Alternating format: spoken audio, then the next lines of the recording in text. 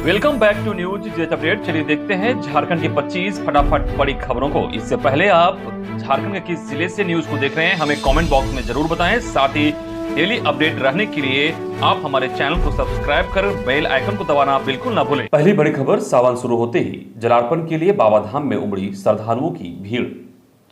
द्वादश ज्योतिर्लिंग में सर्वश्रेष्ठ कामनालिंग बाबा बैद्यनाथ की पावन नगरी देवघर में विश्व प्रसिद्ध श्रावण मेला शुरू हो गया है।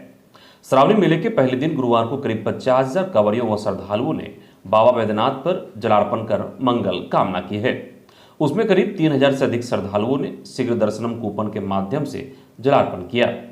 मेला का पहला दिन होने के कारण बाबा नगरी में कांवरियों के साथ आम श्रद्धालुओं की संख्या उतनी तो अधिक नहीं दिखी, परंतु श्रावणी मेले को लेकर बाबा नगरी भगवा रंग में रंगी जरूर नजर आई। हर तरफ गेरुआ वस्त्रधारी कांवरियों व भक्तों की भीड़ और वातावरण में बोलबम महामंत्र का जाप सुनाई पड़ रहा था। श्रावणी मेले की शुरुआत के साथ एक माह के लिए कामनालिंग बाबा बैद्यनाथ की स्पर्श पूजा भी बाबा नगरी में बंद हो गई है। अगली बड़ी खबर, कैबिनेट की बैठक आज, शिक्षा से जुड़े विधेयकों पर लगेगी मुहर।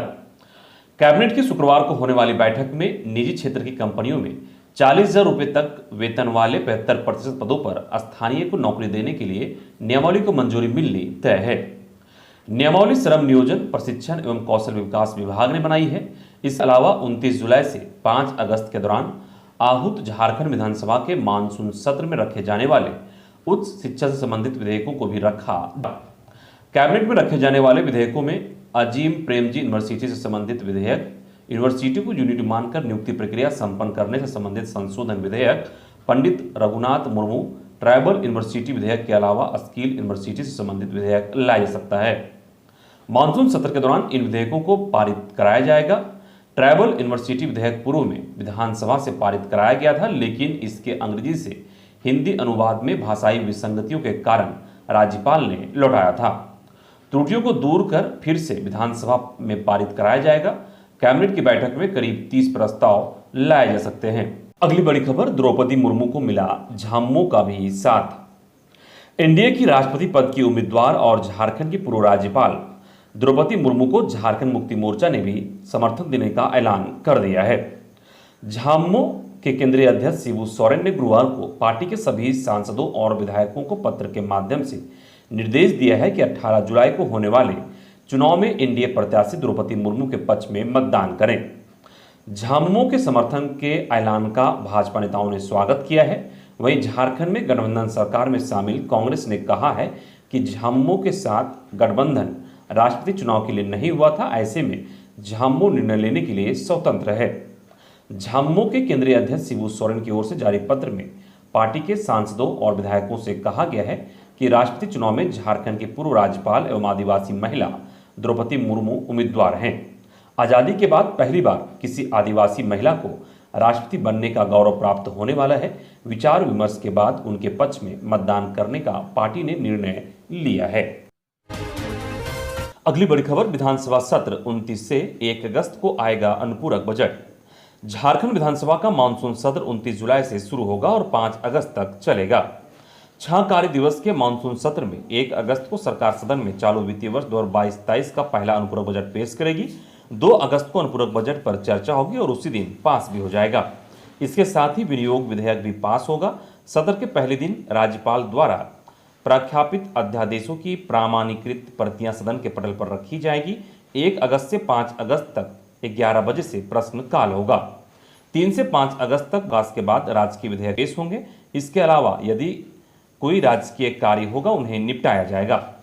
विधानसभा सचिवालय ने मानसून सत्र का औपबंधिक कार्यक्रम घोषित कर दिया है। सत्र को लेकर संसदीय कार्य विभाग और विधानसभा सचिवालय की ओर से तैयारियां पूरी कर ली गई है। अगली खबर, झारखंड में 921 पदों पर निकली भर्ती। झारखंड में 921 पदों पर भर्ती निकली है। इसके लिए झारखंड कर्मचारी चयन आयोग की आधिकारिक वेबसाइट पोर्टल पर नोटिस भी जारी किया गया है, जिनमें इन पदों पर बहाली होनी है। विधि सहायक के लिए कुल 46 पद निकले हैं। वहीं गार्डन अधीक्षक के लिए कुल 12 पद, वेटनरी कुल 10 पद, राजस्व निरीक्षक कुल 184 पद, सैनिटरी सुपरवाइजर कुल 645 पद, वहीं सैनिटरी एंड फूड इंस्पेक्टर के लिए 24 पद पर बहाली होनी है। इन पदों पर आवेदन करने के लिए उम्मीदवारों की योग्यता पदों के अनुसार स्नातक होनी चाहिए। इसके बारे में भी पूरी जानकारी के लिए नोटिफिकेशन को अच्छी तरह से पढ़ें। साथ ही बता दें कि सभी पदों पर उम्मीदवारों का चयन एग्जाम में प्रदर्शन के अनुसार किया जाएगा। आवेदन शुल्क की अगर बात करें तो जनरल ओबीसी वर्ग के लोगों का आवेदन शुल्क 100 रुपये, जबकि SC ST के लिए आवेदन शुल्क 50 रुपये निर्धारित किया गया है। आप जेपीएससी की आधिकारिक वेबसाइट www.jssc.nic.in पर जाकर आवेदन को भर सकते हैं और वहां आवेदन को पढ़ सकते हैं। इन पदों पर ऑनलाइन आवेदन करने के लिए अंतिम तिथि 31 जुलाई है, जबकि पेमेंट जमा करने का अंतिम तिथि 2 अगस्त निर्धारित किया गया है। अगली बड़ी खबर, AE नियुक्ति मामला, आरक्षण देने के खिलाफ याचिका खारिज। झारखंड हाईकोर्ट ने सहायक अभियंता AE की प्रारंभिक परीक्षा में आरक्षण देने के खिलाफ दाखिल याचिका गुरुवार को सुनवाई के पश्चात खारिज कर दी। जस्टिस राजेश शंकर की अदालत ने कहा कि जेपीएससी की ओर से पीटी का परिणाम नियमानुसार जारी किया गया है, इसलिए अदालत इस मामले में कोई हस्तक्षेप नहीं करेगी। 4 जुलाई को सभी पक्षों की बहस पूरी होने के बाद अदालत ने अपना फैसला सुरक्षित रख लिया था और पिछली सुनवाई के दौरान महाधिवक्ता राजीव रंजन की ओर से अदालत को बताया गया था कि सहायक अभियंता नियुक्ति की प्रारंभिक परीक्षा में जेपीएससी की ओर से कोई आरक्षण नहीं दिया गया है। अगली खबर, मंत्री के साथ आंगनबाड़ी कर्मियों की वार्ता। 9 सूत्री मांग को लेकर गुरुवार को झारखंड प्रदेश आंगनबाड़ी वर्कर्स यूनियन का प्रतिनिधिमंडल ने झारखंड सरकार के पेयजल मंत्री मिथिलेश ठाकुर से मुलाकात की। इस दौरान अपनी मांग पत्र सौंपते हुए मंत्री से वार्ता की और आग्रह की कि आंगनबाड़ी कर्मियों की समस्या के समाधान के लिए सीएम हेमंत सोरेन के साथ वार्ता कराई जाए। ज्ञात हो कि 5 जुलाई से पूरे राज्य की आंगनबाड़ी कर्मी राजभवन के समीप धरने पर हैं। इधर टेट पास पारा शिक्षकों ने अपनी 2 मांगों को लेकर राज्य भर के कई विधायकों से मिले और उन्हें मांग पत्र सौंपा और अविलंब लागू करने की मांग की।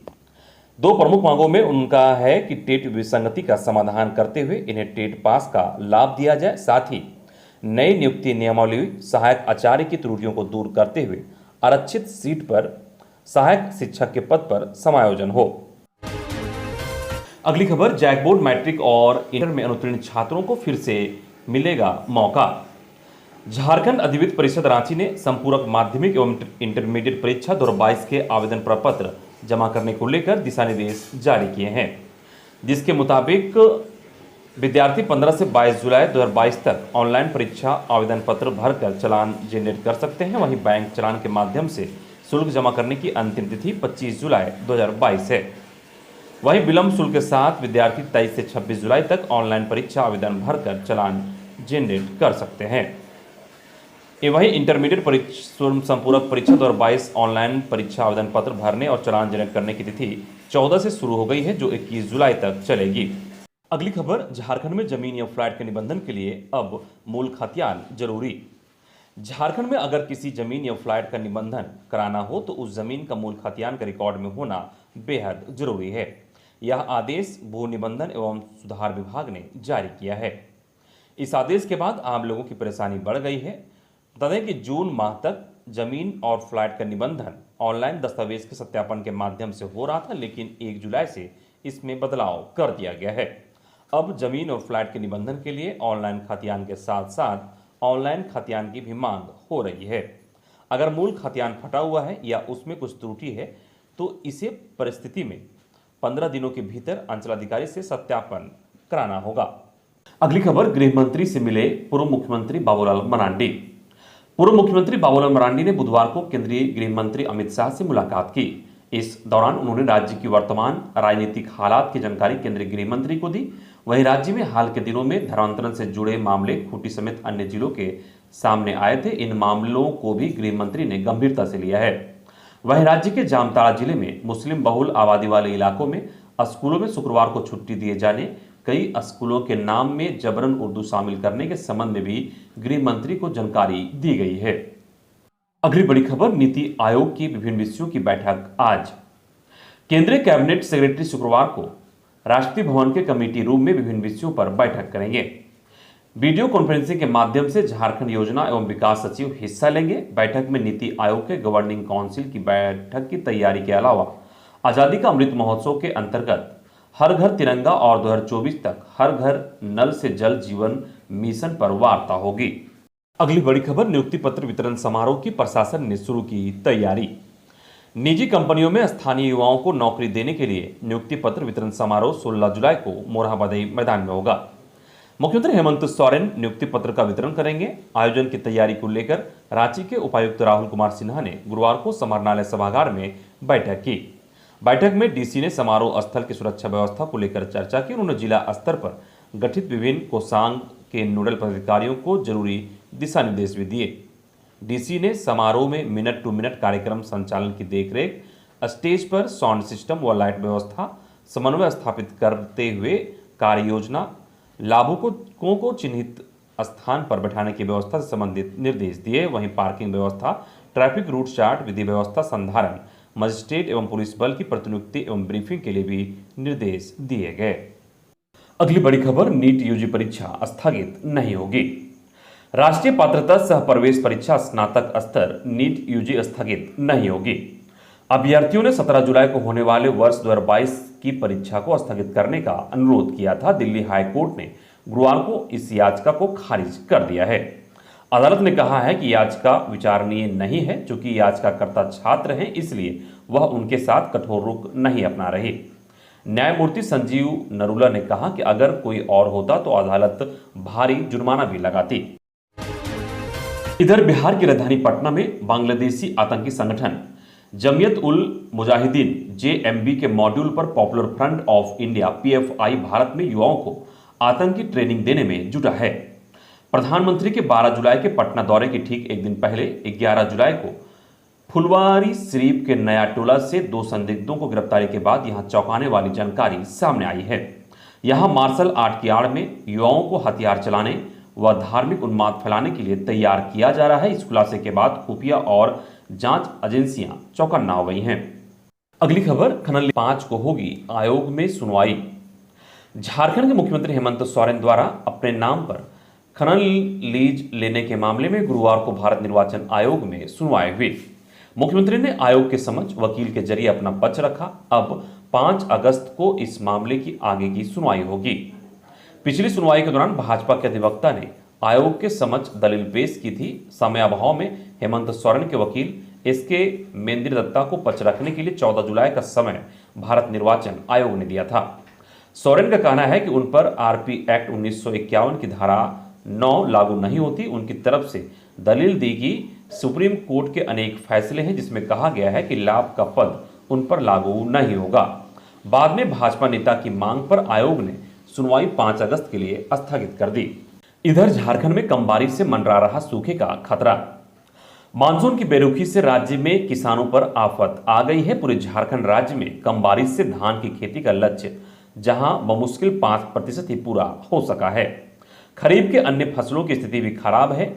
खरीफ की खेती योग्य राज्य की 90% खेत खाली पड़े हैं। आंकड़ों की बात करें तो राज्य में इस वर्ष 28.2746 लाख हेक्टेयर में खरीफ की खेती का लक्ष्य था, जिसमें से महज 10.13% यानी 2.8657 लाख हेक्टेयर में खरीफ की फसलें लग पाई है। इसमें धान की खेती का हाल सबसे खराब है। इधर चतरा में तेल पिराने गई महिला की मशीन में फंसकर मौत। चतरा के सदर थाना क्षेत्र के धमनिया में तेल पिराने गई रेशमी देवी नामक महिला की मशीन में फंसकर मौत हो गई। घटना के बाद तेल मिल का मालिक शंकर गंजू फरार हो गया है। बताया जाता है कि बुधवार को महिला मशीन में तेल पिराने गई थी। भीड़ अधिक होने के कारण उसका नंबर आते आते रात हो गई। महिला तेल मिल में ही एक तरफ बैठकर अपनी बारी का इंतजार कर रही थी। इसी दौरान उसकी साड़ी मिल के रोलर में फंस गई, जिससे वह बुरी तरह पीस गई। इस हादसे को लेकर मृतका की पुत्री बेबी के बयान पर सदर थाना में मिल मालिक शंकर गंजू पर मामला दर्ज किया गया है। ग्रामीणों की सूचना पर पुलिस ने रात में ही शव को कब्जे में लेकर पोस्टमार्टम के लिए सदर अस्पताल भेज दिया। सदर थाना प्रभारी मनोहर करमाली ने बताया कि पुलिस हर बिंदु की जांच कर रही है। प्रथम दृष्टया मिल की चक्की में फंस जाने से मौत की बात सामने आई है। चश्मदीदों ने बताया कि तेल पिराने के क्रम में महिला की साड़ी चक्की में फंस गई थी। इस कारण वह चक्की में ही घूमने लगी और गंभीर रूप से घायल हो जाने के कारण उसकी मौत हो गई। अगली खबर, गोड्डा के बोआरीजोर में मांगों को लेकर 18 घंटे तक सड़क जाम। बोआरीजोर ललमटिया मुख्य मार्ग पहाड़पुर में ग्रामीणों ने बांस बल्ले लगाकर 18 घंटे तक सड़क जाम कर दिया। ग्रामीणों ने बताया कि बुआरी जोर ललमटिया मार्ग लंबे समय से खराब है, लेकिन अब सड़क भराई के नाम पर गड्ढों में लाल मिट्टी भरा जा रहा है, जिससे ट्रकों के आवागमन से धूल उड़ रहे हैं। धूल के कारण लोगों को अपने घरों के बाहर बैठना तक मुश्किल हो गया है। साथ ही धूल उड़ने के कारण बाइक चालक आए दिन गिरकर दुर्घटना के शिकार हो रहे हैं। लोगों को सड़क में पैदल चलना तक मुश्किल हो गया है, जिसके बाद लोगों ने एकजुट होकर सड़क को बुधवार शाम करीब 4 बजे से गुरुवार सुबह 10 बजे तक जाम कर दिया, जिससे दोनों ओर गाड़ियों की लंबी कतार लग गई। अगली खबर, दुष्कर्म मामले में 5 गिरफ्तार। खबर पाकुड़ जिले की है, जहां महेशपुर थाना क्षेत्र अंतर्गत एक गांव में नाबालिग से सामूहिक दुष्कर्म मामले में पुलिस ने 5 युवक को गिरफ्तार कर जेल भेज दिया है। मामले को लेकर पीड़िता की मां ने थाना में आवेदन देकर गांव के ही 5 युवक के विरुद्ध मामला दर्ज कराया है। थाना में दिए आवेदन में पीड़िता की मां ने उल्लेख किया है कि विगत 9 जुलाई को वह मजदूरी करने घर से बाहर गई थी और वापस घर नहीं लौट सकी, जिस कारण उसकी 12 वर्षीय बेटी घर पर अकेली थी। इसी का फायदा उठाकर रात करीब 1 बजे गांव के ही 5 युवक सुरीन हांसदा, गुरु टुड्डू, सेकेन सोरेन, रामलाल टुड्डू, देवीधन मुर्मू उसका घर पहुंचा और घर की खिड़की तोड़कर 2 युवक सुरीन हांसदा व गुरु टुड्डू उर्फ सोहन टुड्डू घर के अंदर जाकर उसकी नाबालिग बच्ची के साथ बारी बारी से मुंह काला किया। इसी बीच बाकी बचे 3 आरोपी युवक सेकेन सोरेन, रामलाल टुड्डू और देवीधन मुर्मू घर के बाहर खड़ा होकर सहयोग करते रहे। अगली खबर, मजदूर संगठनों ने जिला खनन कार्यालय का किया घेराव। पलामू जिले के विभिन्न मजदूर संगठनों ने गुरुवार को मेदिनीनगर सिटी में विरोध मार्च निकाला, साथ ही जिला खनन कार्यालय का घेराव किया। अवैध उत्खनन, पहाड़ों की लीज से उत्पन्न हो रही विकट स्थिति तथा बालू आपूर्ति में हो रही कठिनाइयों का मुद्दा जोरदार तरीके से उठाया। मजदूर यूनियन के समर्थन में अन्य संगठन यथा जन संग्राम मोर्चा, भाकपा माले व SC ST OBC माइनॉरिटी एकता मंच आदि के कार्यकर्ता भी प्रदर्शन में शामिल हुए। प्रदर्शन के दौरान जिला प्रशासन के खिलाफ और मजदूर यूनियन एकता के पक्ष में नारेबाजी करते हुए अवैध खनन, लीज को रद्द करो, बालू की उपलब्धता सरल करो आदि की मांग की गई। अगली खबर, कोडरमा में 8 अस्थायी समितियों का हुआ गठन। पंचायत चुनाव के बाद गठित जिला बोर्ड की DDC सभागार में 14 जुलाई को आयोजित पहली बैठक में स्वास्थ्य, पेयजल, सड़क जैसे मामले छाए रहे। बैठक की अध्यक्षता जिला परिषद अध्यक्ष रामधन यादव ने की। बैठक में अस्थायी समिति के गठन पर चर्चा की गई और 8 अस्थायी समिति मसलन सामान्य प्रशासन, कृषि एवं उद्योग समिति, स्वास्थ्य एवं शिक्षा समिति, वित्त अंकेक्षण एवं किसान समिति, सहकारिता समिति, महिला शिशु एवं सामाजिक कल्याण समिति, वन एवं पर्यावरण समिति और संचार समिति गठन करने का फैसला लिया गया। बैठक में जिला परिषद द्वारा प्रखंडों में निर्मित विवाह भवन को आय बढ़ाने, JSLPS को 1000 महीने भाड़े पर देने, प्रतिवर्ष 10% भाड़े बढ़ाने का निर्णय लिया गया। अगली खबर, गिरिडीह के गांधी विद्यालय बंद देखकर अभिभावकों ने किया हंगामा। प्रखंड के कुंडलवादाह पंचायत के उत्क्रमित प्राथमिक विद्यालय लेवाटाड़ में गुरुवार को बंद स्कूल को देखकर बच्चे और ग्रामीणों के द्वारा स्कूल के सामने होकर हंगामा शुरू कर दिया गया। सभी बच्चे गुरुवार को निर्धारित समय विद्यालय पहुंचे, मगर विद्यालय बंद देखकर बच्चे और अभिभावक आक्रोशित होकर हंगामा शुरू कर दिया। अभिभावकों ने कहा कि कोरोना काल के बाद स्कूल मात्र 2 से 4 दिन ही खुला है, उक्त विद्यालय हमेशा बंद रहता है। अभिभावकों ने कहा कि विद्यालय के प्रधान शिक्षक के द्वारा मध्याह्न भोजन, छात्रवृत्ति, अंडा, फल सहित किसी भी प्रकार की सामग्री का वितरण नहीं किया जाता है।